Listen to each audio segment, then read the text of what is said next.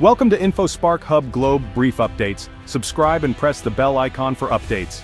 World unites against United States, screams the headline. News tickers flash across every screen. In London, Paris, Beijing, and Moscow, governments declare a global alliance. The United States is now alone against the world. Panic spreads across financial markets. Fighter jets scramble over the Atlantic and Pacific. Oil prices skyrocket overnight. The world holds its breath.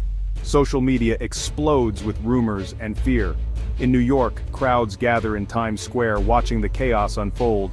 In Berlin, Paris, and Tokyo, people fill the streets, waving flags and calling for unity against the US. The Pentagon moves to DEFCON 2. The White House issues a statement: America will defend itself and its allies. The stakes have never been higher. The world is on the edge of the greatest conflict in human history. This is not just another regional war. This is a true global showdown, one nation against all others.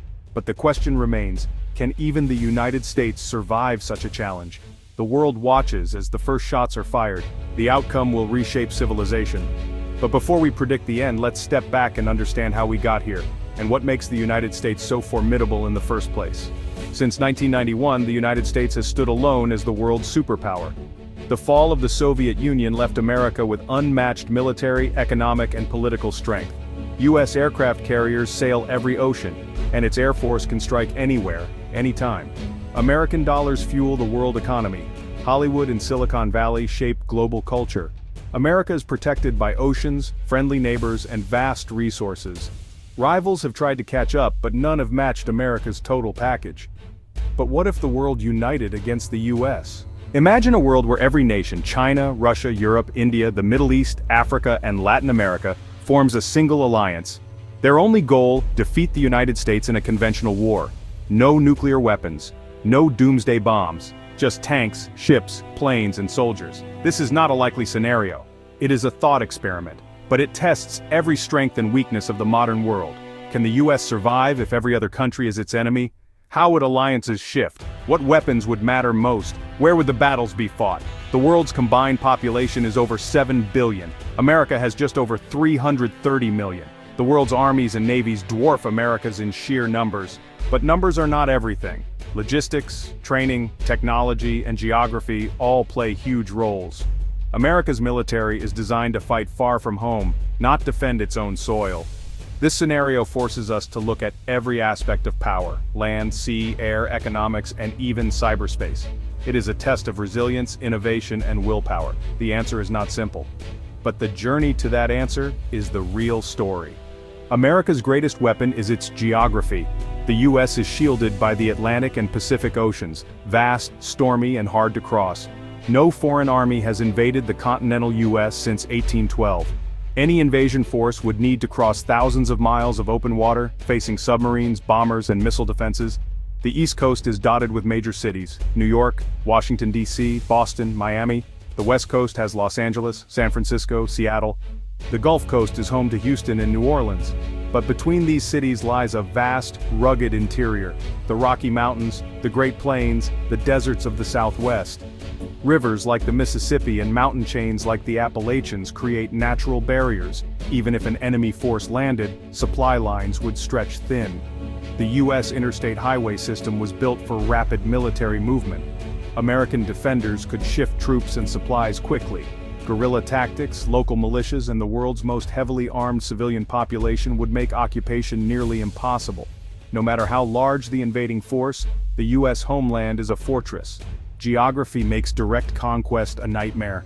The oceans, mountains, and sheer size of the country are America's first and best line of defense. America's military is everywhere. The U.S. operates over 750 bases in more than 80 countries, from Germany to Japan, the Middle East to Africa. These bases are the backbone of U.S. power projection, allowing rapid response and global reach. But in a global war, these outposts are both a strength and a vulnerability. Isolated and surrounded, many could be under constant attack and fall quickly.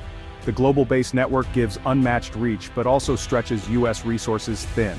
So where would the fighting be fiercest? The Middle East is the world's oil heartland. Whoever controls it, well, controls energy. The U.S. Navy's Fifth Fleet is based in Bahrain, guarding the Persian Gulf. In a global war, the world would try to seize oil fields and choke off American access. The United States would fight to keep the oil flowing, The Pacific is another hotspot. China, Japan, South Korea, and Australia all have powerful militaries. The US Pacific Fleet is the largest in the world. Battles would rage across the South China Sea, the Taiwan Strait, and the Philippine Sea. Aircraft carriers, submarines, and missiles would decide who rules the waves.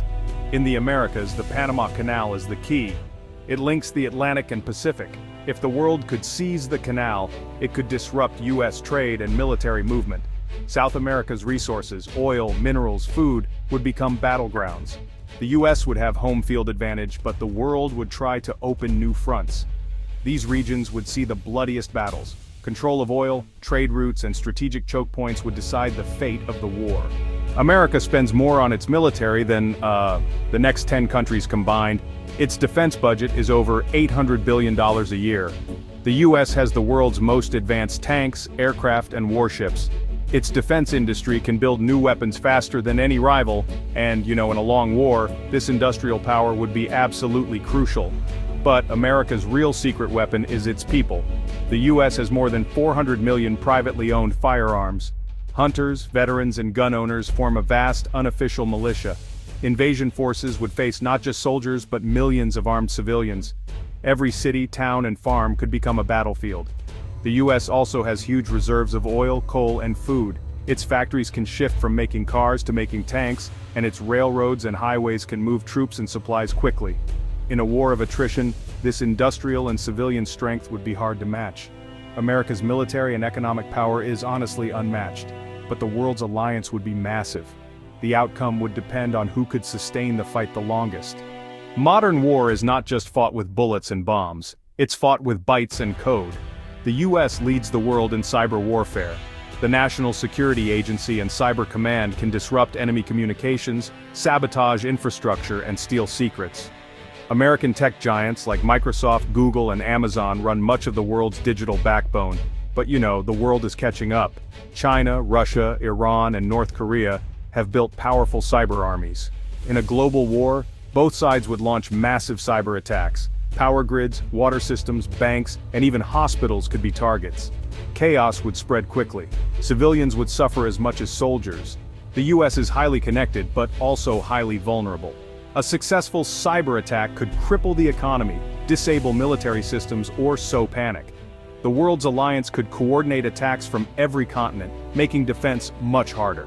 Cyber warfare would be the invisible front line. Victory would go to the side that could attack, defend, and adapt the fastest.